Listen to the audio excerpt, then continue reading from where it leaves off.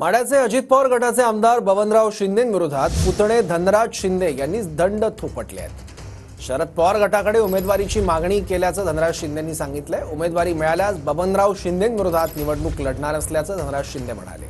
माढा तालुक्यात अनेक विकास कामं रखडली आहेत असं देखील धनराज शिंदे म्हणाले।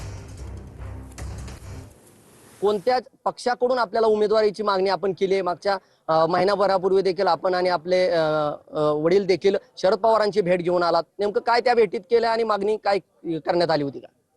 नाही, साहेबांना उमेदवारी मागितली ना आम्ही।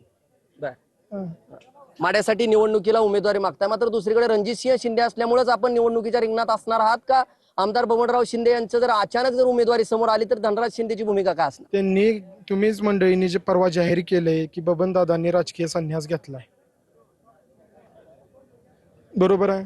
त्याच्यामुळे बबनदादा मला वाटत नाही सध्या निवडणूक लढवतील, पण त्यांचा शेवटी तो त्यांचा घरातला त्यांचा विषय आहे, उमेदवारी कोण लढवल।